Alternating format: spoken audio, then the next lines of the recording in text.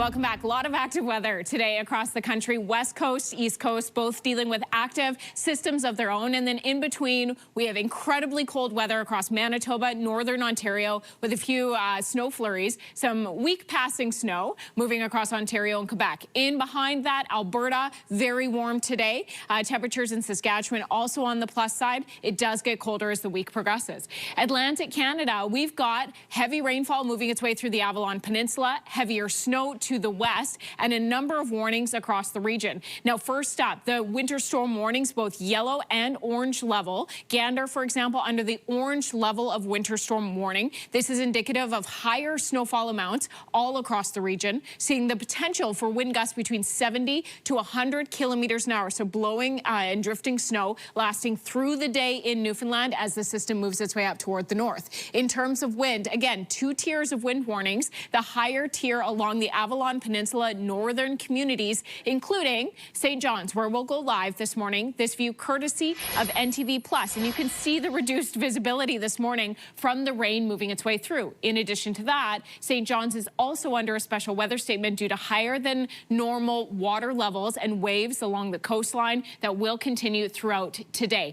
Now, in terms of the wind speeds, they'll be gusting up to 140 kilometers an hour in St. John's as the system moves its way out and the winds kick up on the backside of it. And that is going to prompt St. John's, for example, to go from 8 degrees today down to -2 as we head into Tuesday. It is very likely things will be incredibly icy because of the amount of rain today and then the cold air flooding its way in. Now, the heavy snow will continue in Newfoundland as the day goes on, particularly along that north coast, hence why we have that upgraded level, the more major impact of winter storm conditions. You'll see squalls persist for Cape Breton and the west coast of Newfoundland overnight and even into Tuesday as well.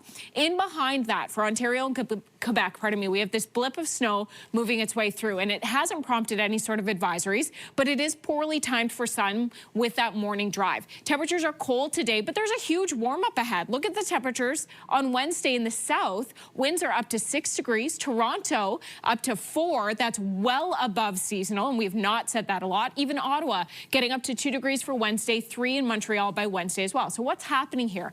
Well, we've got a fair amount of cloud today and the few lingering flurries that will persist east of Georgian Bay as we head into this evening. We get an incoming weather system early Tuesday. That brings snow to the north. Now, in the south, we see the warm sector of the low, southwesterly winds driving that bump up in temperature. Not a lot of sun, not a lot of precipitation in the south, just a milder day temperature-wise. Now, farther north, through Quebec, it will be a lot of snow, and this snow will continue as it moves its way eastward. In behind that, temperatures are set to fall for some as we go overnight Wednesday into Thursday. We'll see some areas by late Wednesday evening seeing that snowfall move its way through.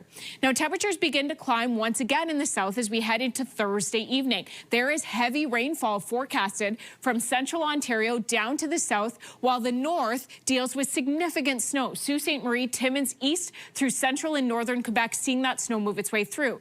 As that low passes into Atlantic Canada, the rotation around it pulls down very cold wind into the south for Friday. So we go from temperatures in Toronto, for example, on Thursday, like 8 degrees, down to well below freezing on Friday with a likely flash freeze as that cold air floods its way in. Now, coming up, we'll take you, Emery, thank you. It is very mild temperature-wise on the west coast, but the active weather for both the BC coastline and south of the border continues this morning, 11 degrees. Right now in Vancouver, we've got rainfall warnings in and around the region from Vancouver Island right through east of Vancouver. The orange level rainfall warning is that precipitation does continue in an area that is already so moisture laden. This week looks very wet as we go into the extended forecast. We get through Alberta, we slide into Saskatchewan, and temperatures plummet, and they stay cold all the way through areas of Atlantic Canada until St. John's. 2 degrees this morning in St. John's. No wind chill there. Elsewhere, the wind chill is substantial for Montreal, feeling like -23. Cold through today. Does get warmer by midweek. Labrador City, your wind chill -25. Yellowknife feeling like -36 this morning and staying well into the -20s through Yukon, Northwest Territories, and portions of Nunavut as well. Iqaluit -14, the daytime high. Now, parts of southern Alberta, very mild up through central communities like Edmonton, 5 degrees this afternoon, 2 for Regina. Western Canada seeing the influence of that that southwesterly flow off the Pacific, driving the active weather in BC, but prompting the milder conditions into parts of southern Alberta. I want to take you live to Lethbridge this morning. This view courtesy of City Cams. If we go back about a week in the forecast, there were 10 centimeters of snow on the ground, and there's virtually nothing left at this point as that mild weather continues. We will see some more snow in the extended forecast through southern Alberta through this week, and I'll show you that in just a moment. There are the rainfall warnings, so widespread through the inland sections of the Central Coast, the Pacific coastline of Vancouver Island, including Tofino.